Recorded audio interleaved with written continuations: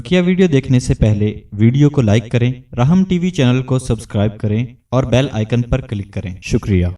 आज हम बात करेंगे अस्माए हुस्ना में से 27 यानी 27वें नंबर पर जी। और वह अस्समियो मैंने सब कुछ सुनने वाला, यानी हल्की आवाज़ भी सुनने वाला, भारी आवाज़ भी सुनने वाला, बुलंद आवाज़ें भी सुनने वाला, सरगोशियों को भी सुनने वाला, यानी आवाज़ का कोई भी पहलू हो लेकिन वो सुनता है।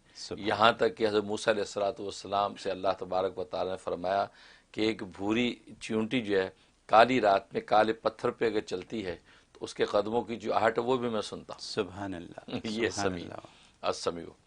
और ये कुरान करीम के अंदर 148 मरतबा ये आया है ये नाम, और इस नाम के अदद 180 हैं, 180, और इसका मुफरद अदद जो है वो 9 है।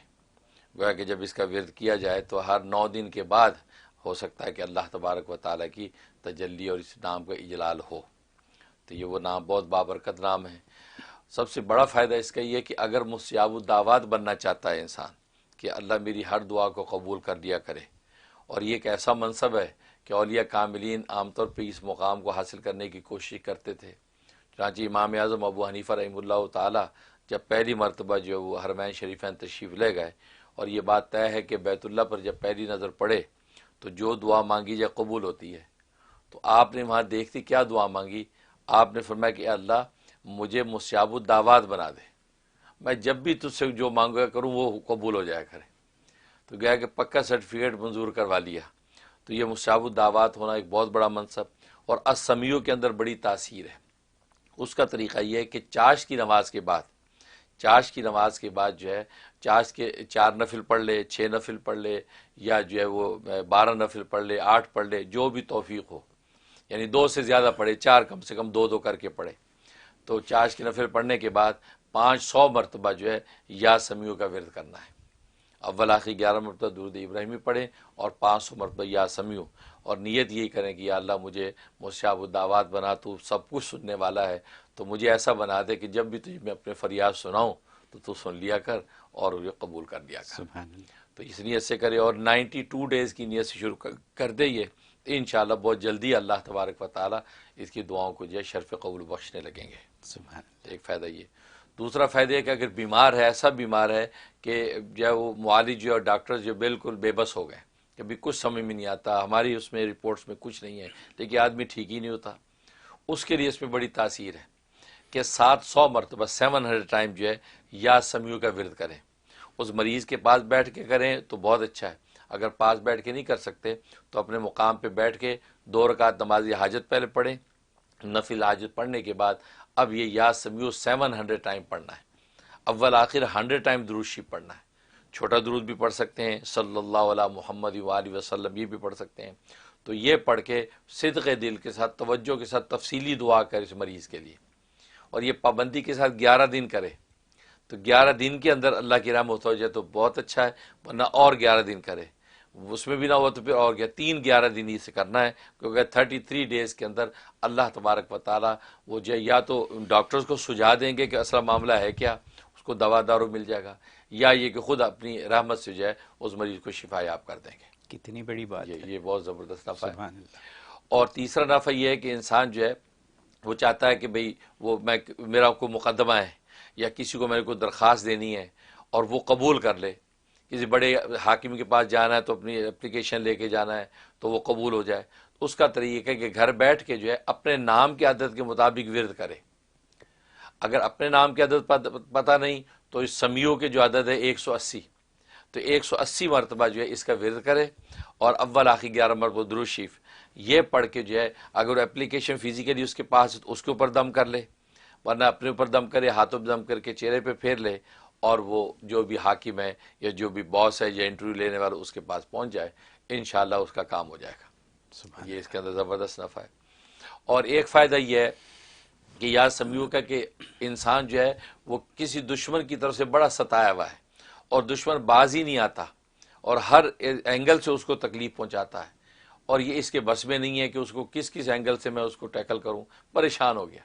अब ये अल्लाह तबारक व तआला के सामने दरख्वास्त रखता है, और उसका भी तरीक़ा है कि 2 रकात नमाज हाजत पढ़े اور اس کے اندر نماز توبہ کی بھی نیت کر لے کہ اللہ میری کو لفظ سے خطائیں وہ بھی معاف کر دے، اور میری جو حاجت ہے کہ اس دشمن سے مجھے چھٹکارا و حفاظت ہو جائے وہ مجھے عطا ہو۔ تو پڑھنے کے بعد اب یہ یا سمیع، یا سمیع اس نے پڑھنا ہے 313 مرتبہ، اول آخر 100 مرتبہ درود شریف، یہ پڑھ کے اس نے دعا کرنی ہے کہ یا اللہ اس دشمن سے چھٹکارا دے دے، اس لیے کہ میں تو اپنی ساری تدبیریں کر لی ہیں، اب میں فریاد تیرے دربار میں رکھ رہا ہوں اور آپ سننے والے ہیں، آپ یہ میری فریاد سن کے میرا یہ کام کر دیں۔ تو یہ شروع کر دے اور یہ 41 ڈیز کی نیت سے شروع کرے، بہت زبردست نفع ہے کہ انشاءاللہ بہت جلدی اس دشمن سے چھٹکارا دے دیں گے۔ بہت خوب۔ یہ اس کا فائدہ۔ اور جہاں تک خواب میں دیکھنے کا تعلق ہے، اگر خواب میں یہ نام دیکھا، سنا، یا اس کی جو آواز آئی اور یا لکھا ہوا یا خرد پڑا، تو ان تمام پہلوؤں میں اس کا مطلب ہے کہ اللہ تبارک و تعالی اس کو نیک صالح تابع دار بیٹا عطا فرمائیں گے۔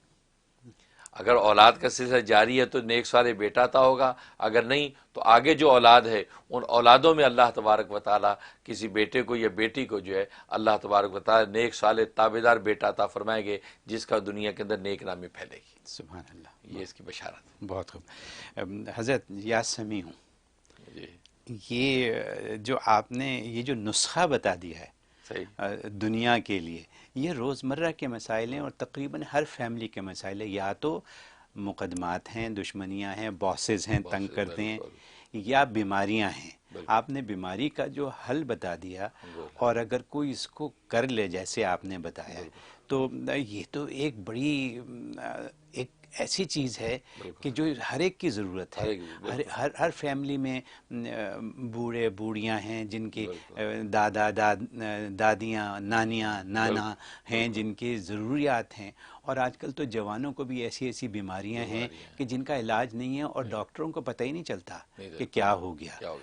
تو اس کے لیے تو بڑی مجرب بات آپ نے یہ فرما دی۔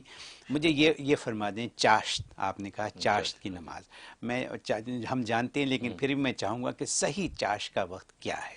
وقت اس کا آج کل کے حساب سے اصل تو اشراق کا وقت جب ختم ہوتا ہے، طلوع شمس جب ہوتا ہے، جی، تو طلوع شمس ہونے کے بعد جب آج کل نیو یارک میں 7:09 پہ ہو رہا ہے، 7:09 پہ جو یہ ہوتا ہے، جی، تو اب اس کے حساب سے جیسے یہ اشراق کا وقت ختم ہوتا ہے جی، تو چاش کا وقت شروع ہو جاتا ہے۔ اچھا، تو مطلب یہ کہ یوں سمجھے کہ اب 8 بجے ایوریج لگا لیں، جی، 8 بجے سے لے کے آپ زوال تک، 12 بجے تک، پونے 1 کے قریب تقریباً، تو یہ سارا وقت چاشت کا ہے۔ کسی وقت بھی وہ چاشت کے نفل پڑھ سکتا ہے، لیکن ویسے ایوریج میں بتایا کرتا ہوں 10-11 کے درمیان میں، 10 اور 11 کے درمیان میں پڑھ لیں تو یہ پورا سال یہ چاشت رہتا ہے۔